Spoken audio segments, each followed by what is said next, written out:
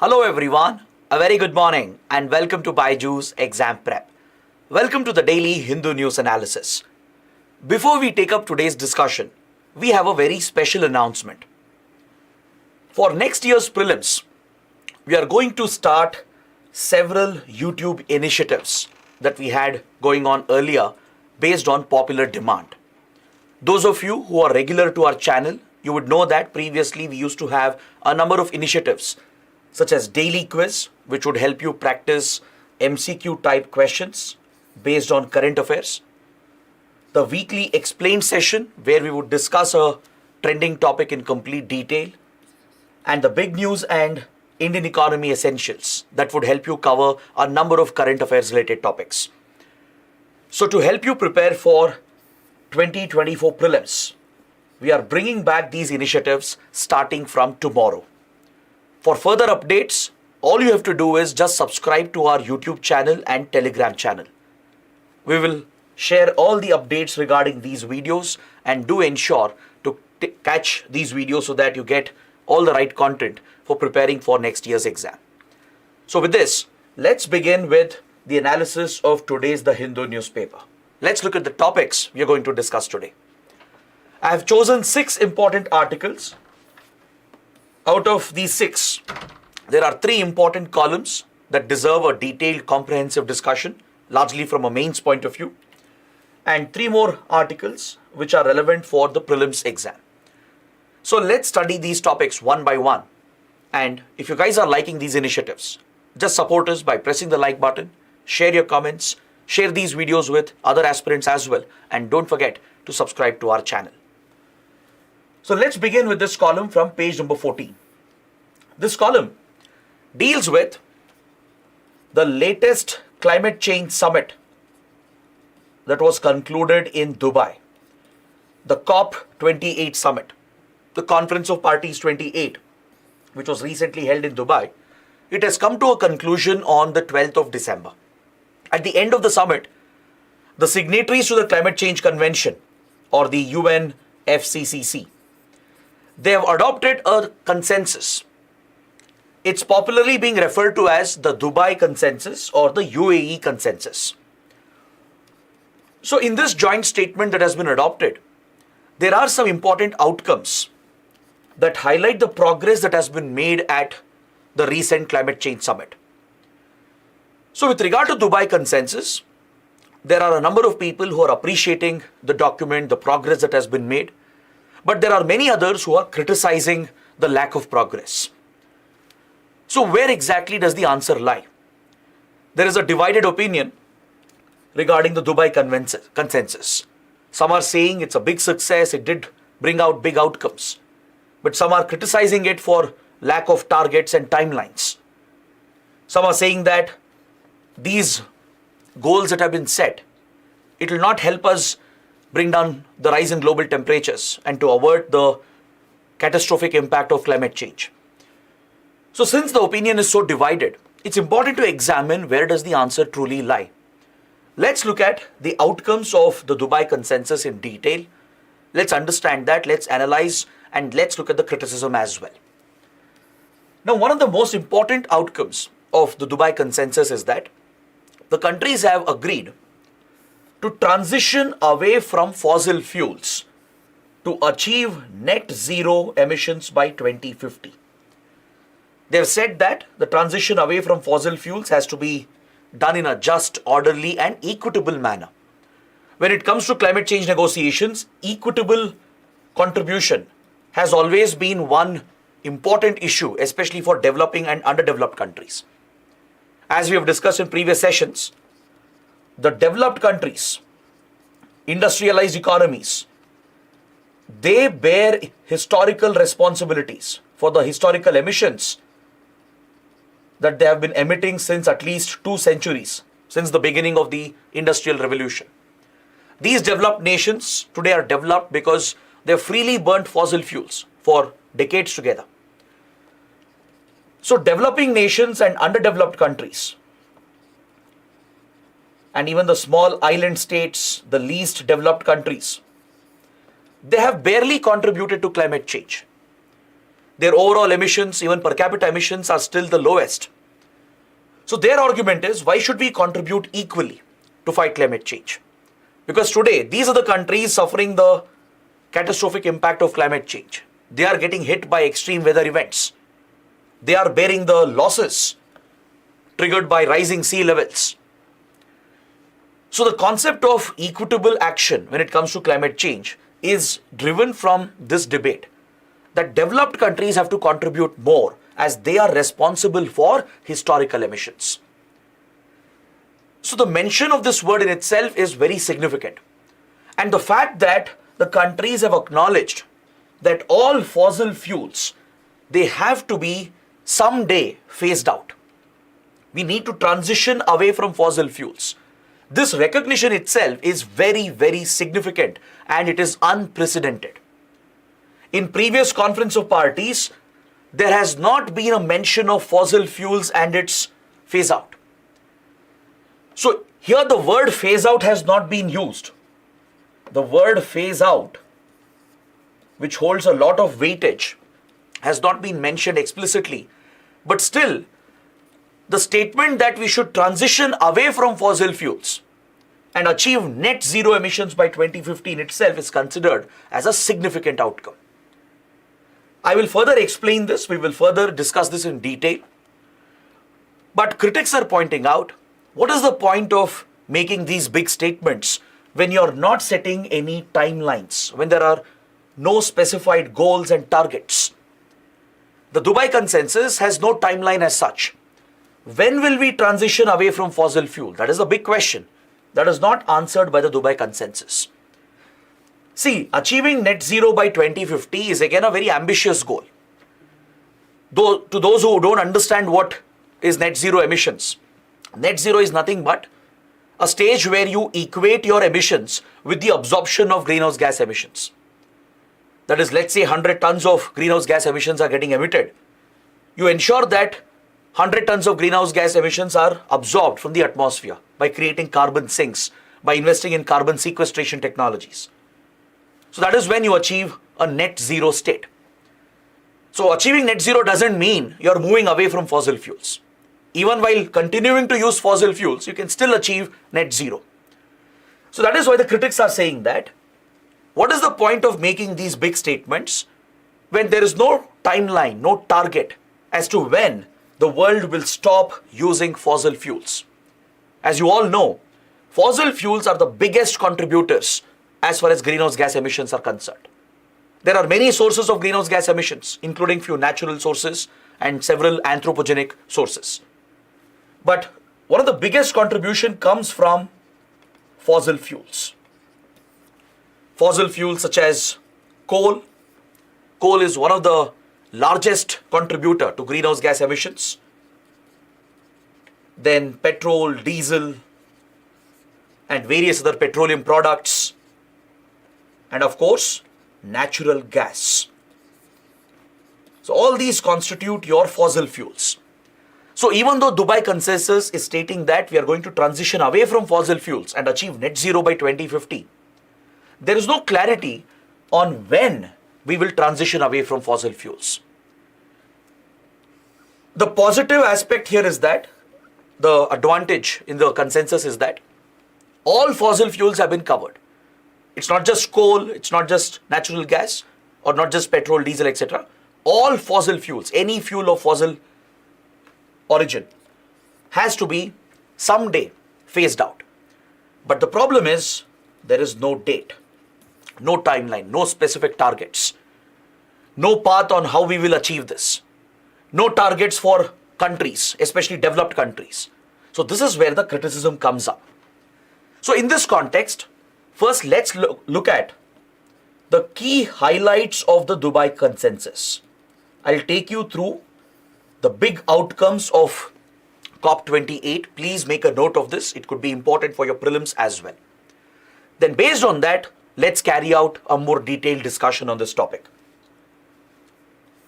Now, as I told you, the biggest outcome at the Dubai Consensus is that countries have agreed to move away from fossil fuels, and when they say they will transition, it means they will be looking to switch towards renewable forms of energy. Renewable forms of energy, be it solar, wind, etc., would be adopted around the world. Now, in the consensus, all the 200 parties who are signatories to the Climate Change Convention have agreed to this. There are 198 countries and there are few other participating parties. All of them have agreed to the Dubai Consensus. So that is another positive development. There has been no division within the global community when it comes to adopting the consensus. So these ambitious goals are being brought out mainly to ensure that we meet the Paris Agreement goals. Under the Paris Agreement of 2015, which is the climate deal that we have currently, countries have announced their voluntary contributions known as nationally determined contributions. Countries are striving to reduce emissions, sequester carbon, and ensure that we limit the global rise in temperatures to under 2 degrees Celsius by the end of the century as compared to pre-industrial levels. And there is an even more ambitious goal to try and limit the global rise in temperatures to under 1.5 degrees Celsius if possible by the end of the century. Because anything beyond this, climate change will become irreversible and it will have a catastrophic impact on humanity. So to strive towards this goal, the countries have given this call to transition away from fossil fuels. So the supporters, the proponents of the Dubai Consensus, they say that this is significant. Even if there are no timelines, no targets, at least the recognition that fossil fuel is the problem. Not just coal, all fossil fuels are the problem. And just the agreement between all countries that someday we should transition away from it itself is very significant. So the word transition itself is very significant. It means it's not we'll overnight replace fossil fuels with renewable energy. We will slowly transition over a period of time. We will phase down. We will cut down the consumption of fossil fuels. We will use a transition fuel in between and then finally switch towards renewable energy. So this gives more flexibility to all countries, especially developing and underdeveloped countries. So the transition away from fossil fuels and achieving net zero by 2050 is indeed a significant outcome. And the countries have also agreed that this would be an economy-wide emission reduction target. It's not that fossil fuel reduction will happen only in few sectors. It will be across various sectors of the economy, be it industries, be it power production or electricity generation, be it transportation and mobility. So across sectors of the economy, there will be a focus around the world to drive down the consumption of fossil fuels and eventually adopt some transition fuel and finally make a switch towards renewable energy. Then the countries have also signed a pledge. Some of the countries have signed a pledge called the Global Renewables and Energy Efficiency Pledge. We had discussed this on the first day of COP28 itself. On the very first day of the summit, there was a big outcome that more than 100 countries signed a pledge which calls for tripling their renewable energy capacity and to double energy efficiency by 2030. This is another major outcome which is included in the Dubai Consensus as well. But the major developing nations and the big emitters, that is India and China, they have not signed this pledge. Since India is already committed to achieving a certain renewable energy capacity under its nationally determined contributions, we don't want to overcommit and overpromise. We don't want the pledge to affect our growth prospects. So India, China and few other major emerging countries have not signed the pledge. But still, the fact that more than 100 countries have supported the pledge itself is very significant. The Global Renewable Pledge is calling for tripling the renewable energy installed capacity in the world. The Energy Efficiency Pledge is calling for doubling energy efficiency across sectors, across gadgets, appliances, devices by 2030. So this was one major outcome. Along with this, the host of the summit, the United Arab Emirates, has launched a private fund with regard to climate action and climate mitigation to finance climate-related activities. This is the first time a private fund has been set up for the purpose of climate action. This fund is called Altera. Even this had been discussed in our previous Hindu analysis sessions. The UAE has brought several private investors and companies together and set up this private finance vehicle which will catalyze climate finance. The goal is to mobilize around $250 billion through private funding for global climate action. This was another major outcome. Then at COP28, there were separate discussions on food and agriculture, the impact that climate change has on food and agriculture. And for the first time ever, there was a separate discussion on the impact of climate change on healthcare. The health outcomes because of climate change were discussed separately. So these two negotiations that have taken place and the final documents that have been adopted, even that is very significant. Around 158 countries have endorsed this agreement related to food and agriculture and how food systems are getting impacted by climate change. What measures can be taken to protect our agricultural systems and food systems from the impact of climate change.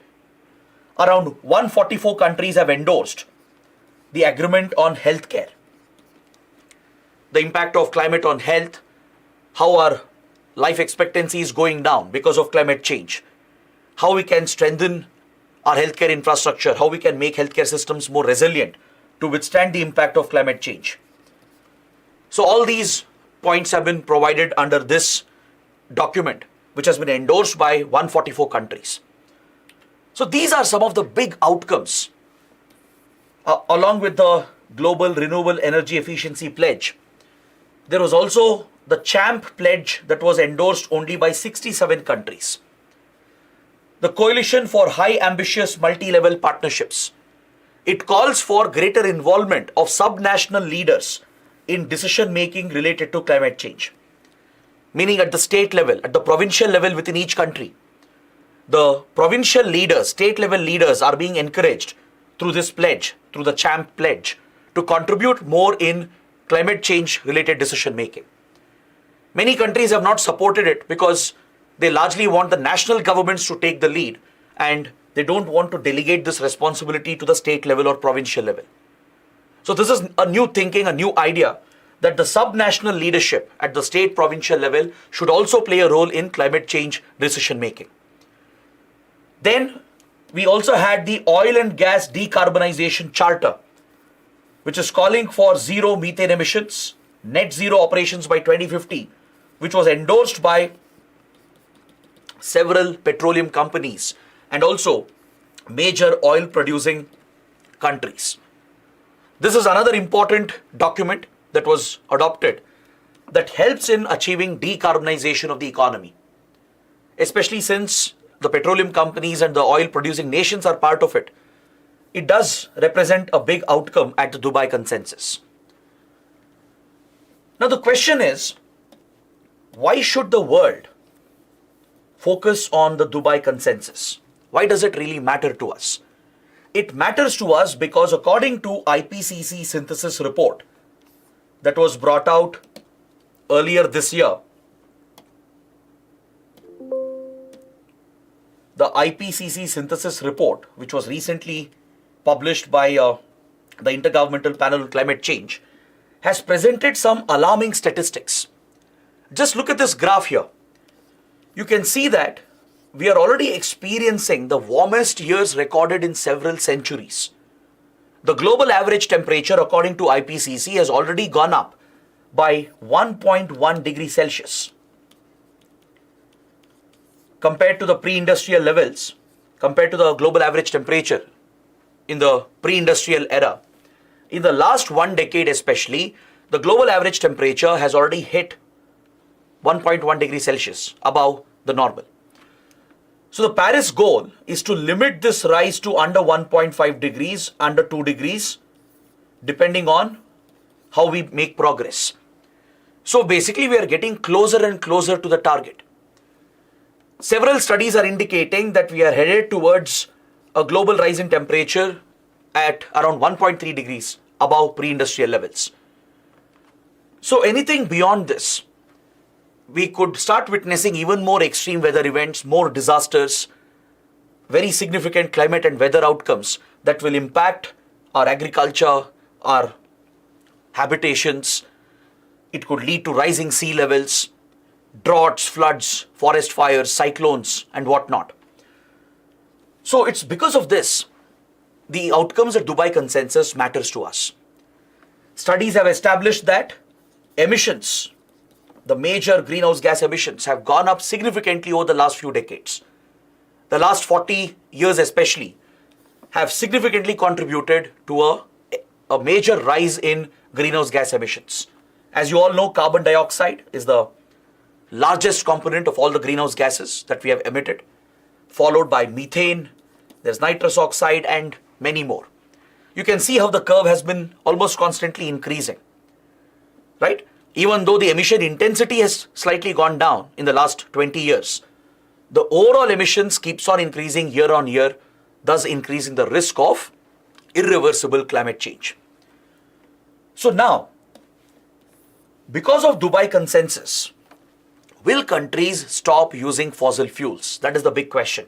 Is this the end of fossil fuels? The answer to this question is, of course, a big no. Just because they have given a call to transition away from fossil fuels doesn't mean that we are going to see an immediate end to the usage of fossil fuels. Fossil fuels will continue to be used at least for a few more decades to come. Is that clear? Please get this right. So then, aren't the critics correct? The critics are right in criticizing Dubai Consensus. If we are not really ending fossil fuels, then what's the big achievement here? There is a big achievement. Please pay attention to this.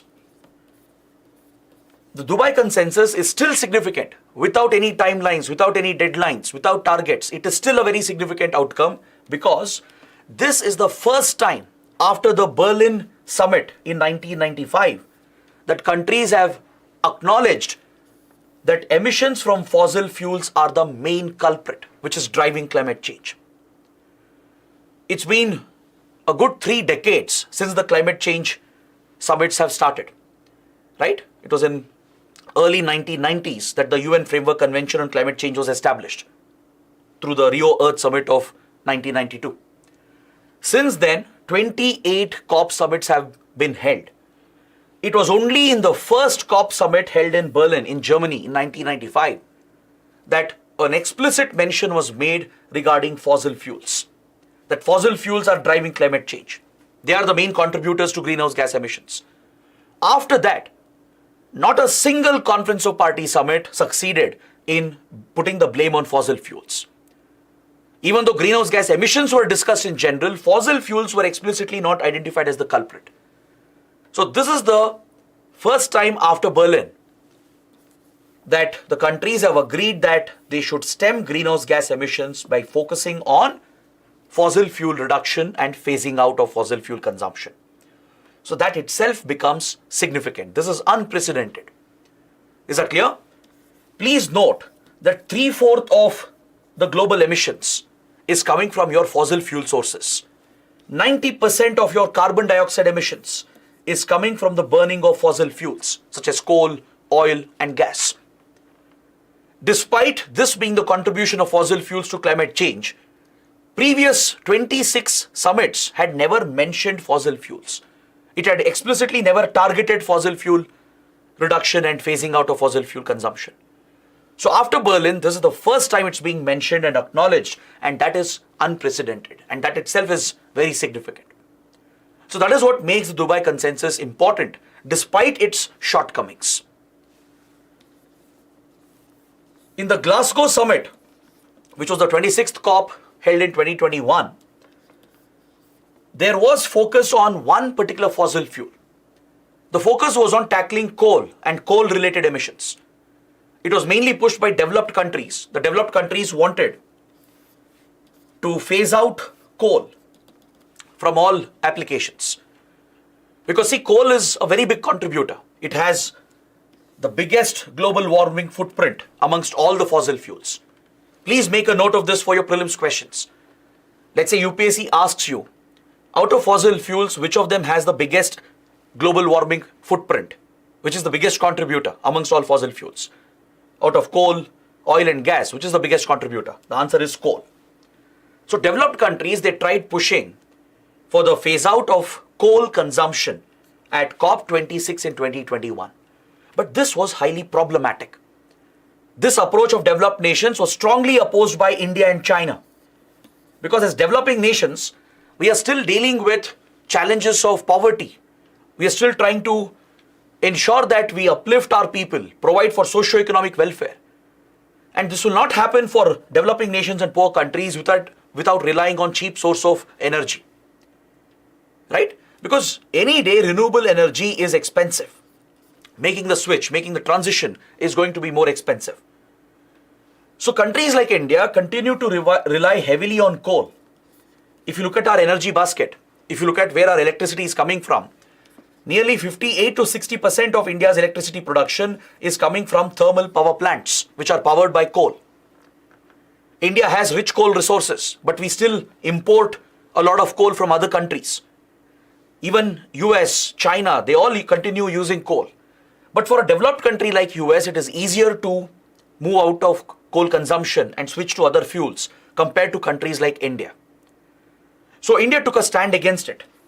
The developed countries were trying to use the word phase out of coal. They said we should adopt a target to phase out coal.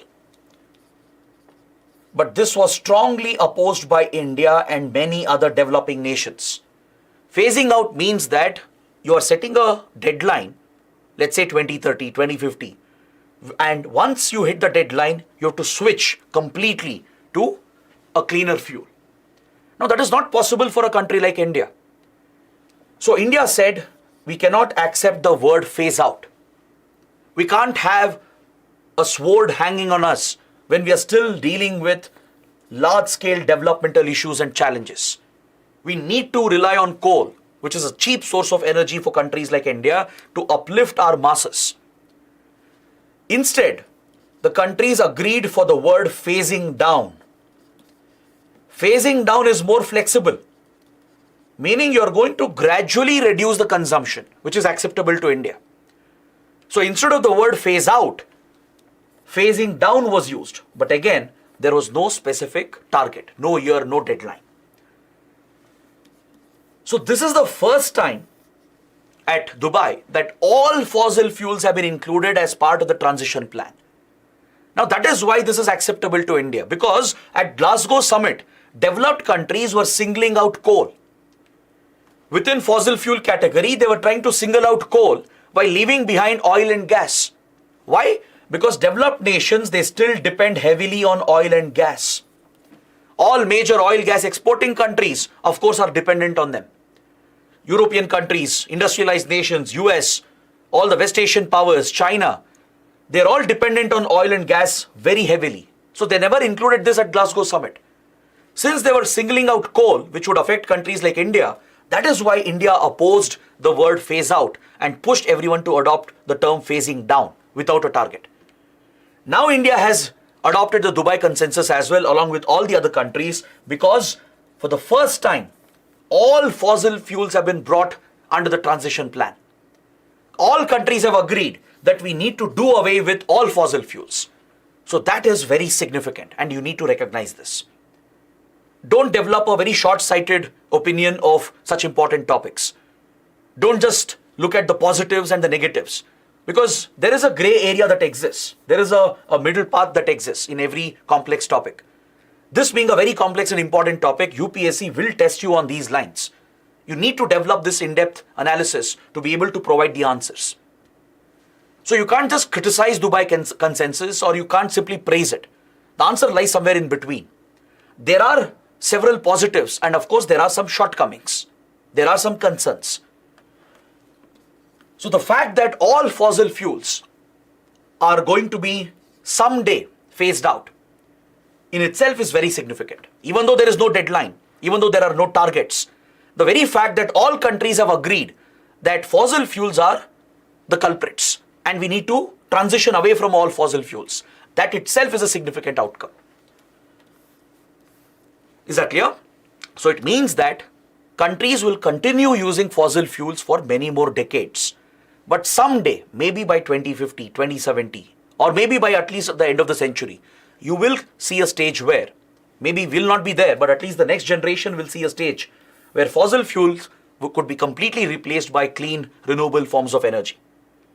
So of course, it can't be immediately replaced. It's not that by 2030, we'll stop using fossil fuels. By 2050, we'll stop using fossil fuels. That is not possible. Because today, the industrialized economy that we have, it is heavily dependent on all types of fossil fuel. Be it transportation, mobility, industries, electricity generation, they're all dependent on coal, oil and gas. Because it's an easily available form of energy. So we can't make an overnight switch.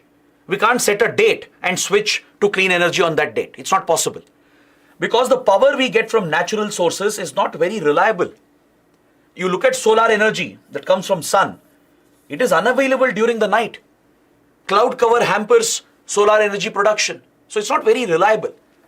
Wind power is dependent on oceanic and atmospheric factors. Right? And also storage of renewable energy. Efficient battery technology which can store renewable energy efficiently is also still in the works. We are still developing those technologies. So you can't expect an overnight transition, an immediate transition. It will happen someday, but it will happen gradually. That's why the word phasing down. And that's why the word transition, meaning we are going to switch to a transition fuel first, in between, and then make this gradual transition towards renewable energy. Because a sudden shift in the economy is not possible. It will cause more disruption. It will bring more troubles for every country. You look at India's electricity plan for the next 5 years. We have allocated a massive budget for coal power plants. 87,000 megawatt of energy will come from coal.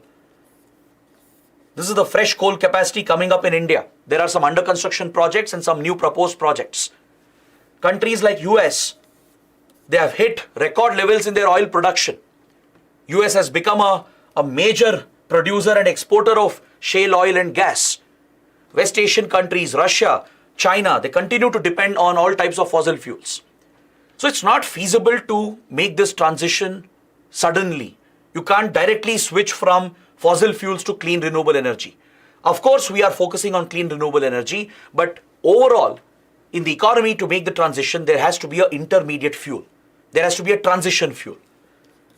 So even though Dubai Consensus doesn't mention what is this transition fuel, and there is still no clarity on what exactly will be the transition fuel, the experts agree that the transition fuel is likely to be natural gas. Natural gas will be the intermediary fuel. In our switch away from fossil fuels towards clean renewable energy, we will continue to rely more on natural gas as an intermediary transition fuel. Now you might say, sir, natural gas is also a fossil fuel. Yes, you're right. But natural gas is much better compared to coal, petrol, diesel, etc. Compared to coal and oil, natural gas is much cleaner. It contributes to lesser pollution, lesser emissions. Studies by International Energy Agency has shown that when you switch from coal to natural gas, your emissions go down by 50% when you're producing electricity by using natural gas. In a thermal power plant, instead of using coal, you make a switch to natural gas, your emissions go down by 50%. For heating purposes, instead of using coal, you make a switch to natural gas, your emissions go down by 33%. Because natural gas is more efficient. It is cleaner compared to other dirty fuels. Understood? But however, natural gas has a drawback. The biggest drawback with natural gas is that production of natural gas leads to methane emissions. I hope you know how dangerous methane can be. And also, if natural gas becomes the transition fuel, it could disproportionately benefit a few countries which are the leaders in natural gas production and export. Because natural gas is a limited resource. Not every country is blessed with gas resources. So those countries which have good natural gas resources, they will benefit. So this could have a geopolitical and economic impact. So all these factors have to be considered, and right now we don't have clarity on that. What about the methane emissions from natural gas? What about the disproportionate benefit for few countries, whereas other countries will be disadvantaged? They'll be forced to buy natural gas from a few producing and exporting countries. Right? So these concerns will be addressed in the future. So right now you need to focus on methane emissions. Given that natural gas is likely to be the transition fuel, you need to focus on methane emissions as well, because methane is one of the most potent greenhouse gas. Even though the concentration of carbon dioxide is much more than methane, but methane's global warming potential is many times higher than that of carbon dioxide. See, the second highest concentration of a greenhouse gas in the atmosphere is methane after carbon dioxide. Even though carbon dioxide is the major concern because of its concentration in the atmosphere, the concern with methane is its global warming potential, meaning it traps more heat. Each molecule of methane it can trap many times more heat than a single molecule of carbon dioxide. So that's what makes methane much more dangerous. It's a very potent greenhouse gas. So since it can be a byproduct of the natural gas industry, it's important to focus on methane reduction as well. We can make the processes more efficient, more cleaner. With better research, with innovation, we can bring down methane emissions from the natural gas industry and also from other sectors where methane is emitted. There are methane emissions from agriculture, from other industrial processes. So with better technologies and processes, we can cut down methane emissions. So at last year's Egypt summit, at Sharm el-Sheikh COP27 summit, the global methane pledge was adopted to cut methane emissions by 30% by 2030 compared to 2020 levels. So this is another important global pledge. So China, US and other major emitters, they have all agreed to bring down industrial methane emissions, especially from the natural gas sector. But however, India did not agree to cut methane emissions in the agriculture sector. As you know, paddy cultivation, then animal husbandry, they all contribute extensively to methane emissions. But India being an agrarian economy, we haven't agreed to cut methane emissions in the agriculture sector because this could adversely affect our farmers, our rural economy. So we don't want to take this pledge unnecessarily. While we are willing to cut down methane emissions in the industry, but India is very hesitant to take up such a commitment in the agriculture sector. So that's why India resisted this pressure to cut methane emissions. But however, we have our own plans to make our industries, our technological processes more efficient to bring down our methane emissions as well. So this is what you should know about the transition fuel, which is natural gas, the concern associated with it, and how it is related to the Dubai Consensus. So finally, in conclusion, is the Dubai Consensus good or bad?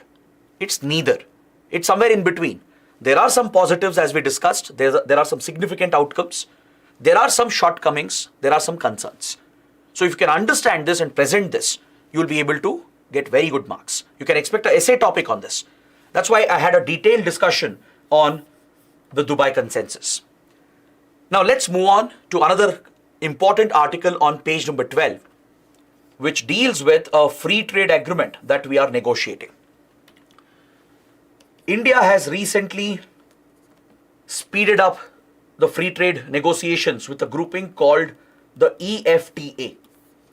EFTA is a trade association from Europe, the European Free Trade Association, and it includes 4 major European economies. The members are Norway, Iceland, Liechtenstein, and Switzerland. These 4 European countries, they are not part of European Union Customs Union. They haven't joined the EU Customs Union. So they have formed a separate trade association. So India has been negotiating an FTA with this grouping from the last 15 years. It has faced many challenges over a period of time. But recently, both sides are accelerating the talks. So just a few days ago, the trade ministers of Switzerland and Norway have come to India to push these talks and negotiations, and they have held several rounds of dialogues with Indian officials. So based on this, the Hindu has brought out a report. Apparently, both the sides are facing some challenges in these negotiations. They have hit some roadblocks. Now, this is very common for India whenever we negotiate an FTA with developed countries. So you need to know, what are these challenges? Why do they come up when we negotiate FTAs with developed nations? See, currently, India has become more willing to negotiate free trade agreements. Last year, we signed a landmark FTA with United Arab Emirates. We signed a limited trade agreement with Australia, and we are negotiating a full FTA with Australia. We are negotiating an FTA with United Kingdom. We are negotiating an FTA with the European Union itself. We were also part of another trade negotiation called RCEP, the Regional Comprehensive Economic Partnership, which India had to quit later because of some differences that came up.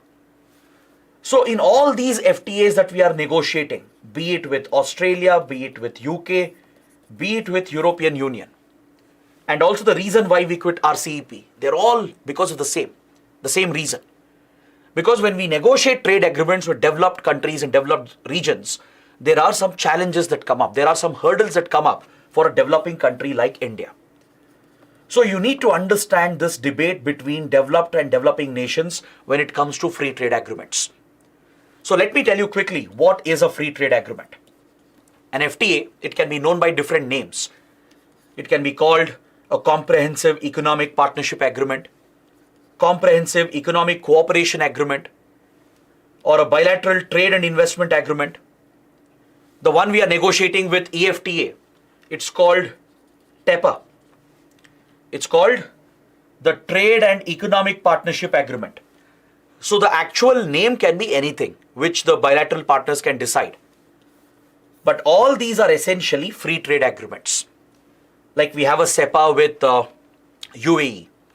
We have a SECA with Japan. We have BTIA, which is being negotiated with European Union. TEPA with EFTA countries. The names can be different, but essentially all these are free trade agreements. Now, what does a free trade agreement do? It focuses on removing barriers to trade. With regard to trade between two countries or two regions, there can be several types of barriers to trade. So to encourage the bilateral trade, the barriers have to be cut.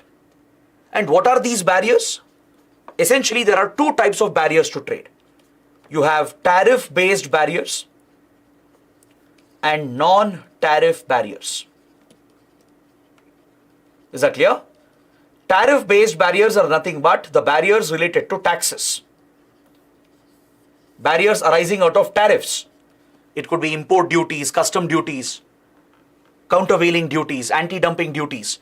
Any duties, taxes, tariffs imposed on imports, right? If they are very high, they become a roadblock for trade. They hamper the movement of goods and services between two countries. So the goal of FTA, one primary goal of FTA, is to reduce the tariffs, to bring down these taxes mutually on both the sides. Most times the goal is to achieve duty-free access, to bring down the duties to almost zero, at least for a select list of products and commodities. If not for the entire trade basket, at least for a select group of products and commodities and services, the duties are brought down almost to zero, or complete duty-free access might also be given. It depends on how the negotiations will progress. Non-tariff barriers are those barriers which are not related to taxes. Any other barrier which is hampering trade, and if it is not related to tariffs, that becomes a non-tariff barrier. This could be lack of infrastructure. Because for trade between two countries, you need certain kind of infrastructure. You need airports, ports, you need logistics to handle the movement of goods, services and people. The lack of connectivity could also become a barrier. The laws and policies of the two countries could become a hurdle. Environmental policies, labor laws, intellectual property standards, the IP regime, the hygiene, sanitation standards that are maintained. All these could become restrictions. If one country is expecting very high standards of environment protection, very high labor standards, very high enforcement of intellectual property regime, very high hygiene and safety standards that may not be met by the other country which is trying to export goods into this market. So that becomes a barrier to trade, a non-tariff barrier to trade. Is that clear? Even the dispute settlement process, the competition laws that exist, right? All these factors become non-tariff barriers. The laws, policies, regulations present in each country, even the visa immigration policy, they could all be seen as non-tariff barriers. Because the goal of FTA, any FTA, is to provide for free movement of goods, services, investments, and even people. Now look at European Union.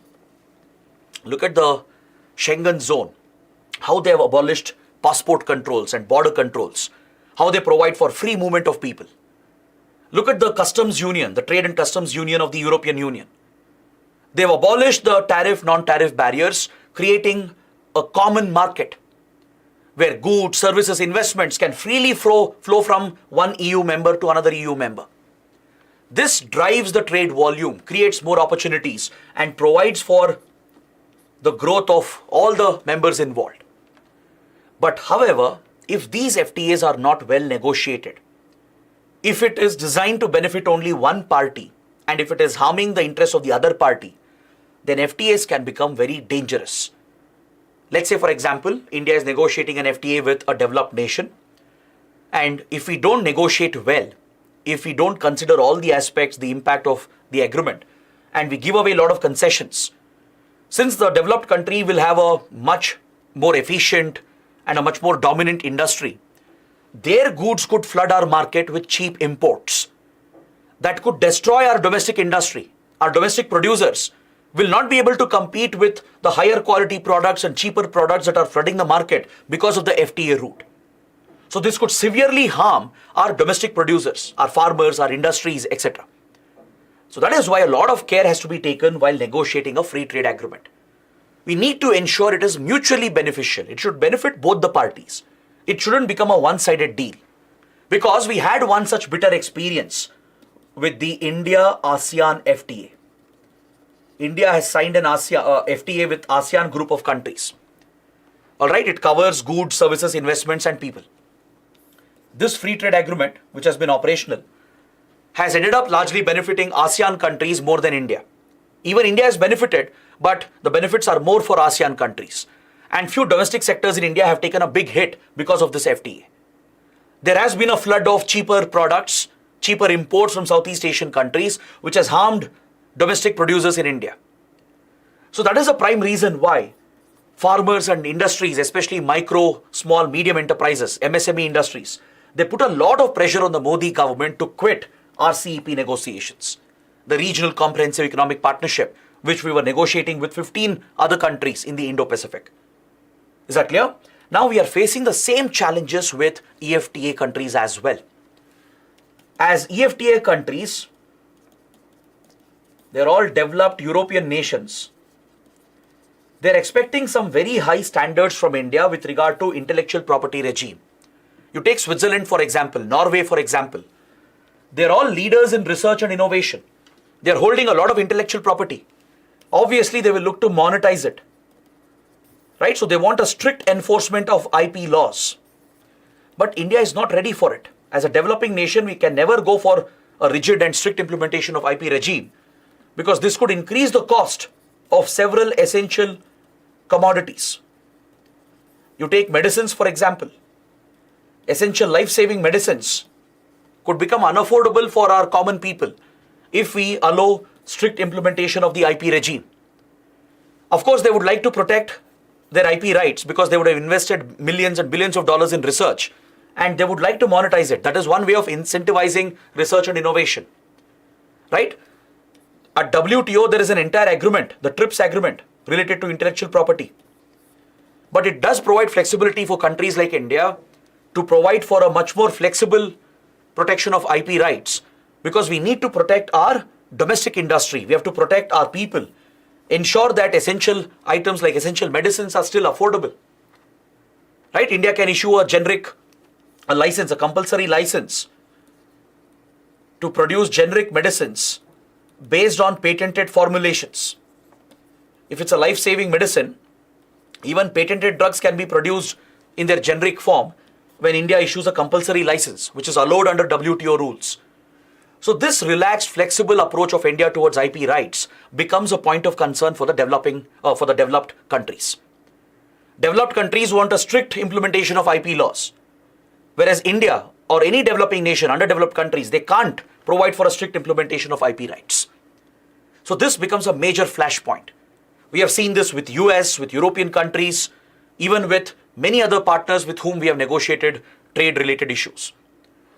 The other major demand raised by developed countries is the sanitary and phytosanitary standards. Developed nations expect very high sanitary, phytosanitary standards. What are these? These are basically hygiene-related standards. All right? At WTO, there is an agreement related to it, the Sanitary Phytosanitary Agreement or the SPS Agreement that was brought into force in 1995. So all countries are party to it. It basically deals with plant-related exports and imports, animal-related exports and imports, etc. Basically food items, fruits, vegetables, dairy products, meat, etc.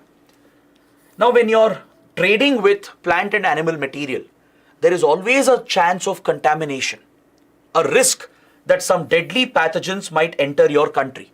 Foreign pathogens which are not native to your country could come from other countries through the trade route. It could lead to the spread of invasive alien species. It could lead to breakout of epidemics, right? So countries are concerned about harmful pathogens entering their country through the trade route. So this is where the WTO SPS agreement provides for a protection. It expects that the exporter has to meet certain sanitary, phytosanitary standards. The food products you're exporting, if they don't meet the sanitary, phytosanitary standards expected by the importer, they could reject your exports. This happens very frequently with the European market, for example. From India, we have a lot of food commodities headed towards Europe.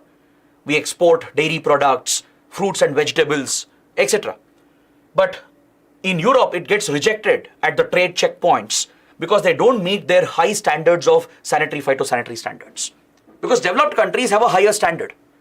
It can't be followed by developing nations like India. If we try to follow that, it will harm our farmers, our industries. The cost for them will increase. It will drive down their production levels. It will destroy their business model itself. So developing underdeveloped nations like India and others, we can't follow strict standards of sanitary, phytosanitary measures. But developed nations, they expect very high standards here. So this is another major dispute that arises that hampers the negotiations of a free trade agreement. Is that clear?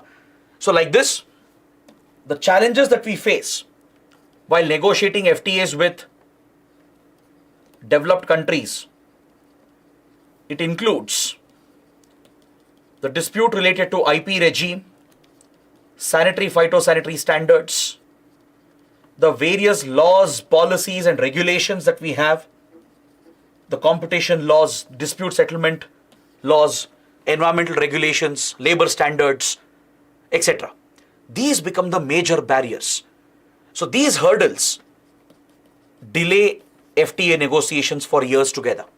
Like for example, the BTIA we are negotiating with European Union, it's going on from almost 15 years. The TEPA we are negotiating with EFTA countries is going on from 15 years.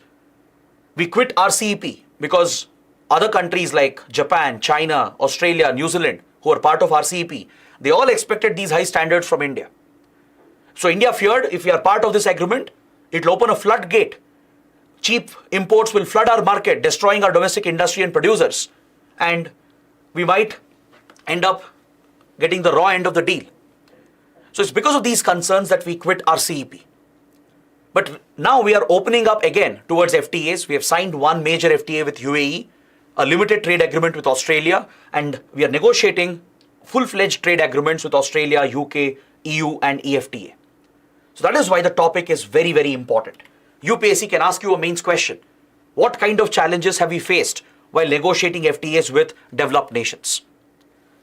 Then coming to the last big article, on page 15, there's an article related to the situation in Myanmar. This is a topic we've been covering repeatedly in the last few weeks because the developments happening in Myanmar is of great concern and of direct impact for India. It does have a direct impact on Indian interests. The article says that the military junta, which is in power, is down because of the resistance, the rebellion it is facing, but it is not out. You can't dismiss that the military junta is almost about to be defeated. You can't assume that. Even though it has suffered losses and setbacks, the article says the military junta is still the most powerful force in Myanmar.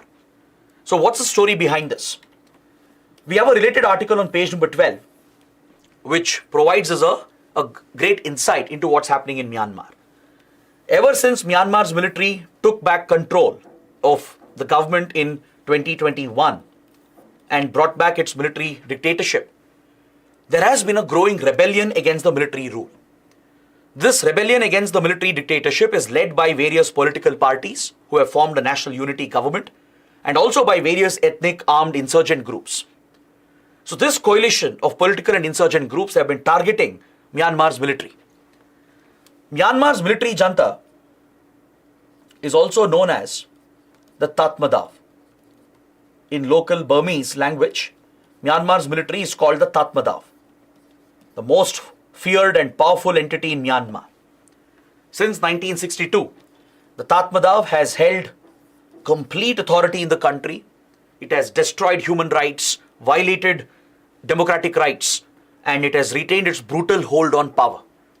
Now we are seeing a rerun of this since 2021. After its brief experiment with democracy between 2015 to 2020, the Tatmadaw has brought back the dictatorship again in the country.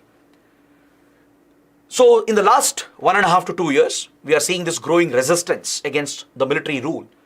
But the last 2 months have been quite unprecedented. Because 3 major rebel groups, they have formed an alliance called the Three Brotherhood Alliance. The Three Brotherhood Alliance, the TBA. This has been formed by Myanmar National Democratic Alliance Army, the Tang National Liberation Army, and the Arakan Army.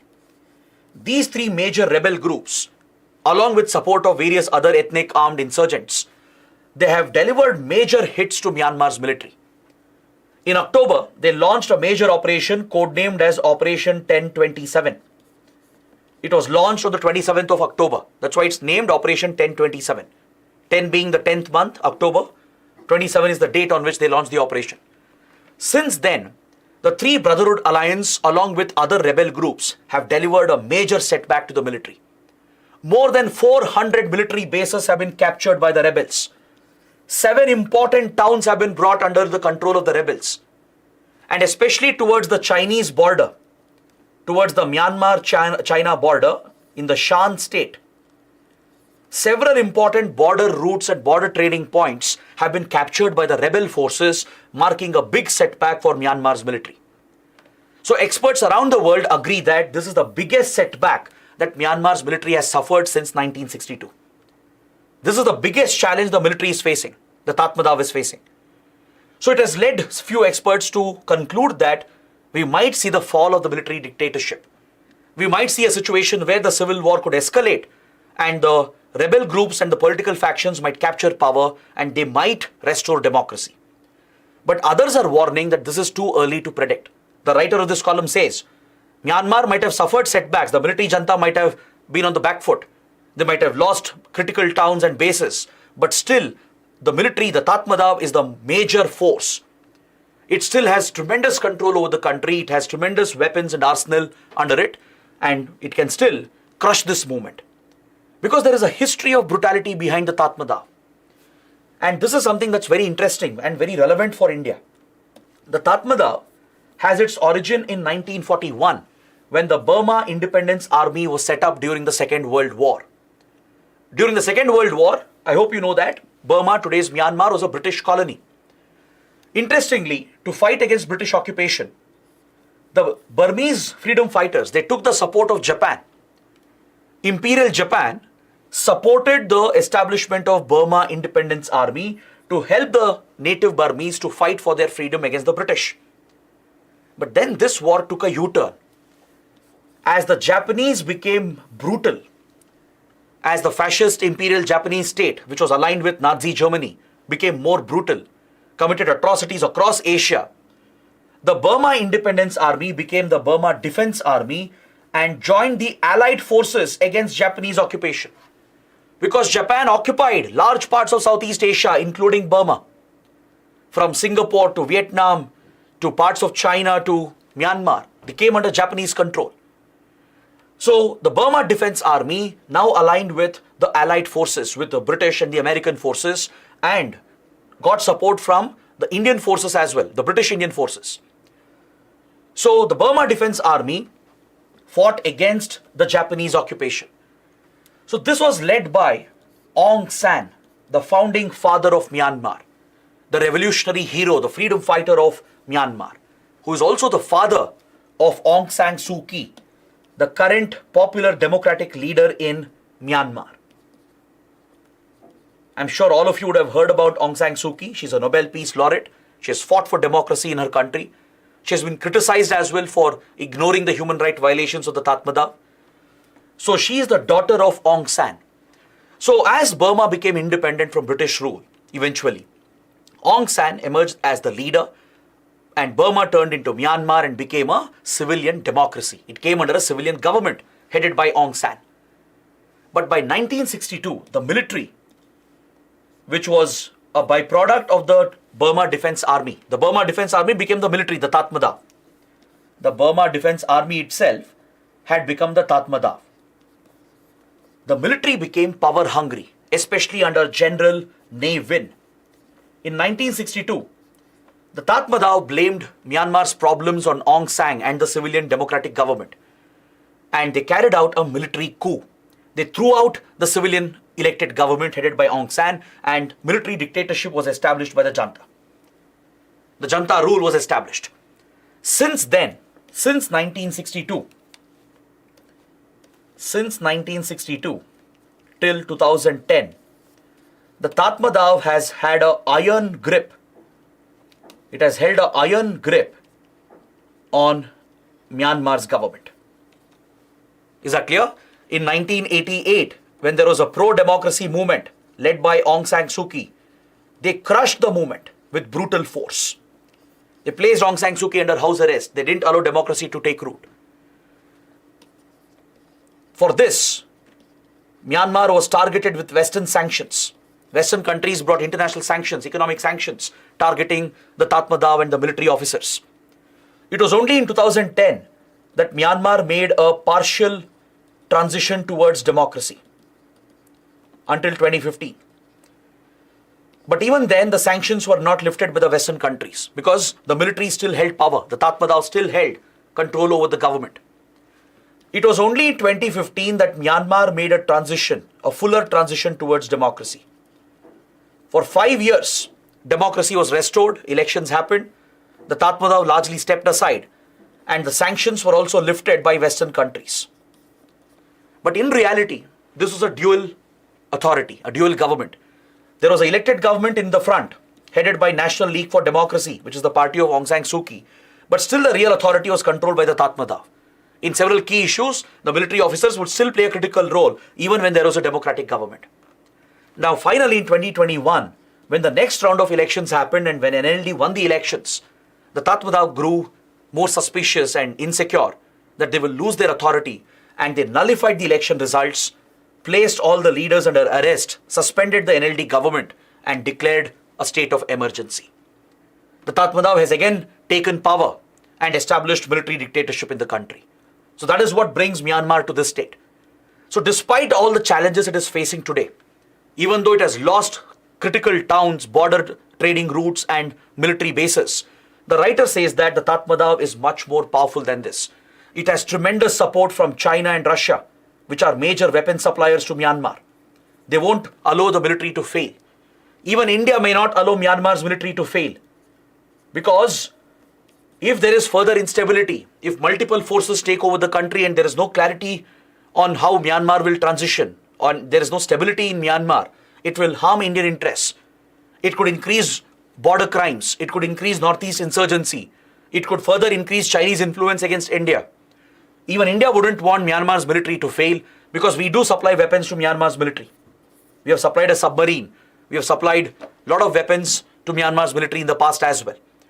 So these countries will further strengthen Myanmar's military to at least maintain a sense of stability, even though it is violating human rights in the country.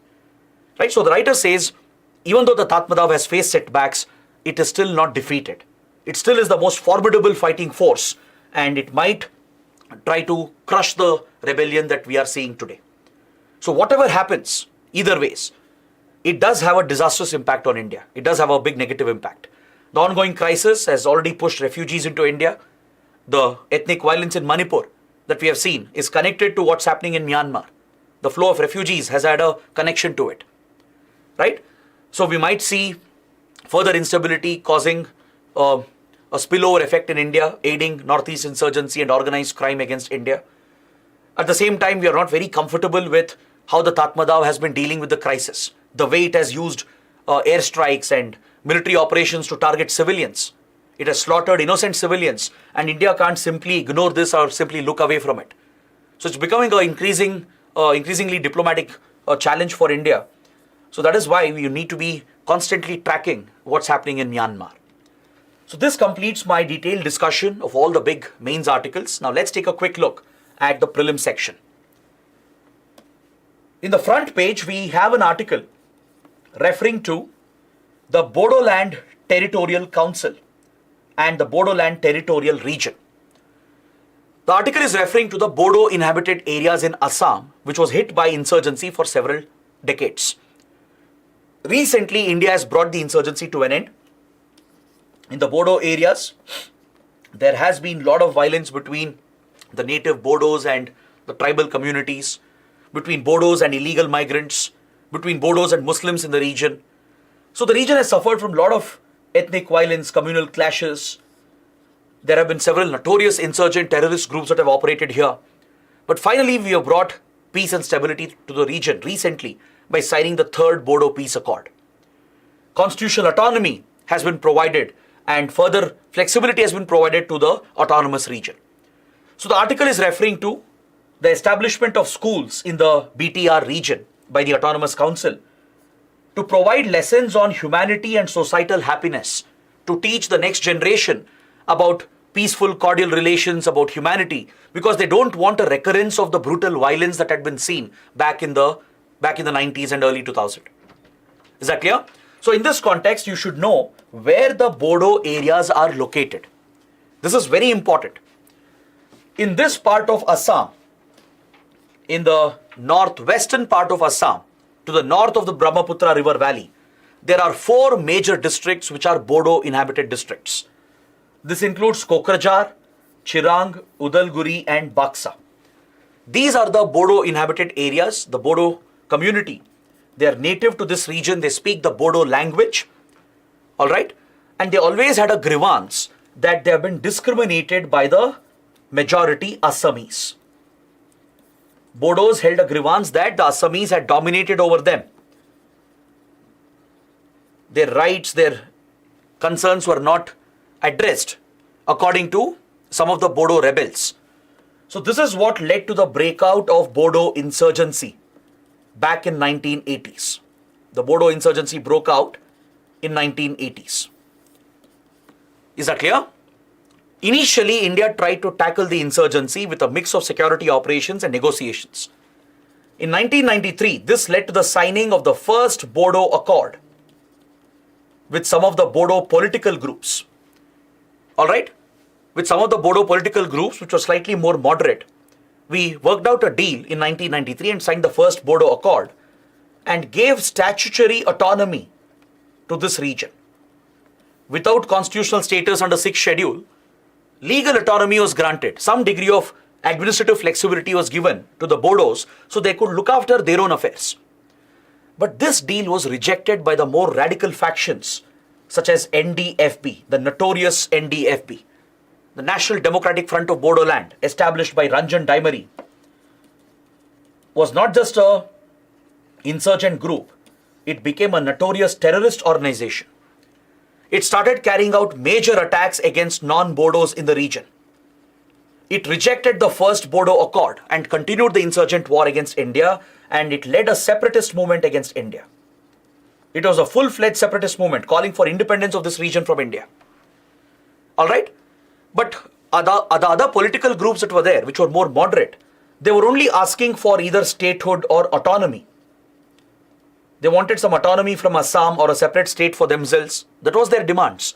But NDFB was the most notorious of all these groups. It became an insurgent group, and later India classified it as a terrorist organization. The NDFB took shelter in Bangladesh. At that time, Bangladesh was a hostile country to India. It had become pro-Pakistan. Both Pakistan and Bangladesh would provide direct support to NDFB, to insurgents like NDFB. They would supply funds, weapons, provide safe havens from where they would operate. So non-Bodos like Bengalis, the Adivasi tea plantation workers, Assamese, and even illegal migrants from Bangladesh and Muslims, they've all been targeted by this notorious group called NDFB. Alright? So as the violence escalated, there was another Bodo group that was formed called BLTF, the Bodoland Liberation Tiger Force. This group was mainly fighting for autonomy and statehood, not for independence. So this group was leading a separate insurgency of its own back in 90s and early 2000. So India managed to bring down the BLTF through its security operations, and we negotiated another peace accord in 2003. 10 years later, we signed the second Bodo Accord with BLTF and few other Bodo outfits, and they all surrendered, ended their movement, and finally constitutional autonomy was given to the region. Under the 6th schedule, which provides for autonomous district councils in the tribal districts of Assam, Meghalaya, Mizoram and Tripura, the government of India, the parliament, they have the authority to extend constitutional autonomy to certain tribal districts in these states. It provides a high degree of flexibility in terms of administration, in terms of even judicial powers, taxation, and various welfare programs, the laws of the state in the center, right? They can not directly apply to these areas. They'll have some special protection and provisions as well. They will look after their own welfare with their own elections for the autonomous district councils. So all these flexible provisions are part of the constitutional autonomy given under the 6th schedule. So this was extended to the Bodo areas. So this region, these 4 Bodo districts became the Bodoland Territorial Administrative Division. That is how the region was known as, which was governed by the Bodoland Autonomous District Council. But finally, NDFB was also brought down by India. In Bangladesh, we got a friendly government in 2009. Bangladesh became India's best friend in the region under Prime Minister Sheikh Hasina. Sheikh Hasina's government destroyed the terrorist safe havens. And as a result, groups like NDFB, they were massively hit by India and Bangladesh. Many of the top leaders were killed, many arrested and handed over to India. Ranjan Daimari was extradited to India by Bangladesh. This forced NDFB to negotiate with India finally, and in 2020, the Modi government worked out the 3rd Bodo Accord. The historic 3rd Bodo Accord, which has finally ended the Bodo insurgency forever. The NDFB surrendered. All the factions of NDFB, they have fully surrendered, stopping their war against the Indian state. And in return, the government has given a lot of concessions and flexibility. We have increased the autonomy given under the constitutional status. And the BTAD region that you see here got renamed as BTR. It became the Bodoland Territorial region.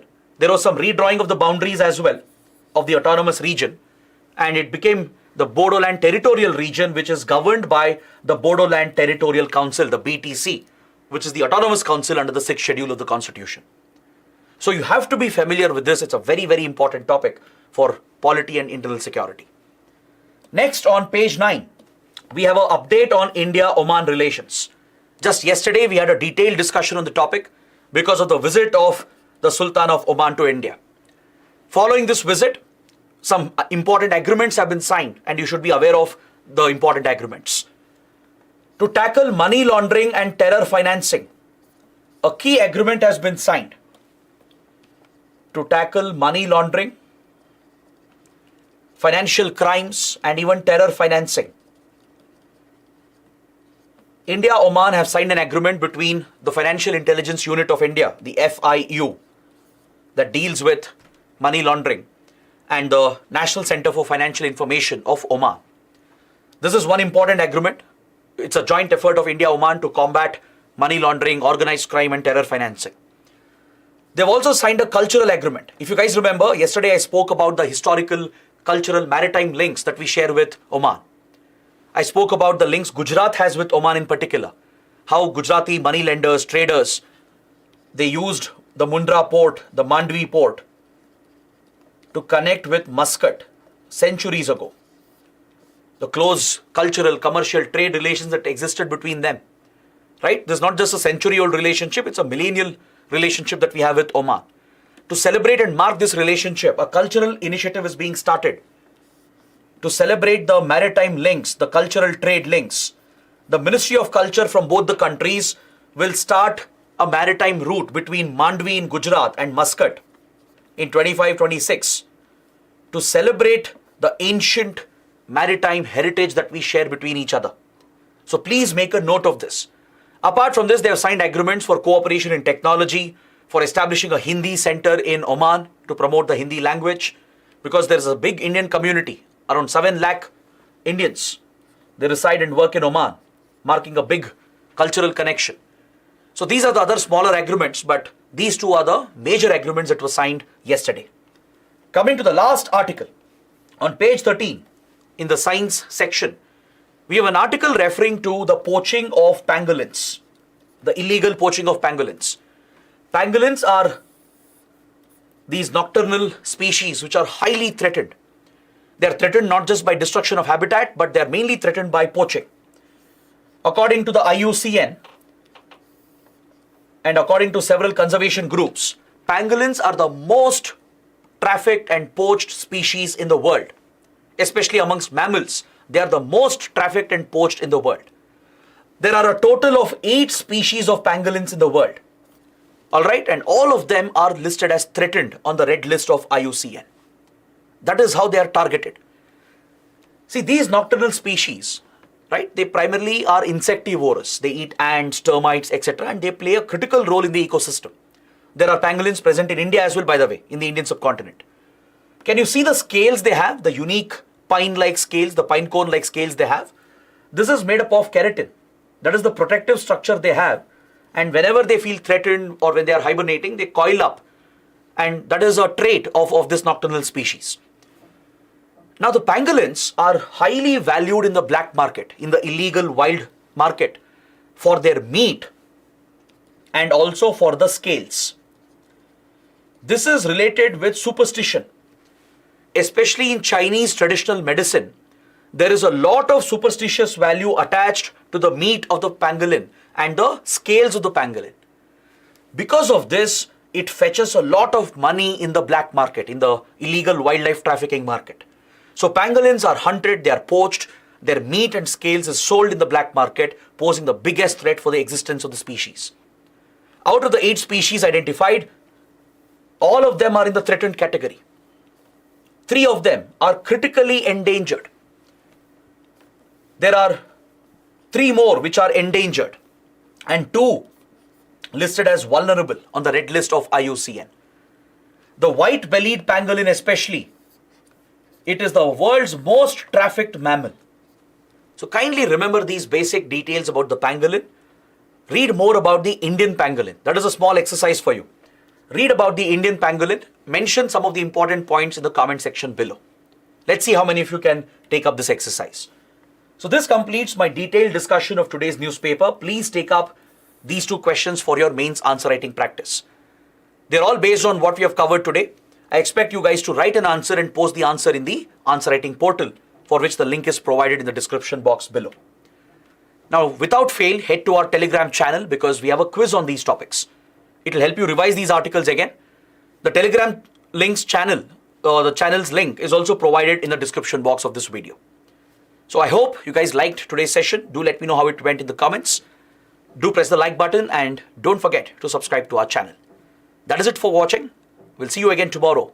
Have a good day.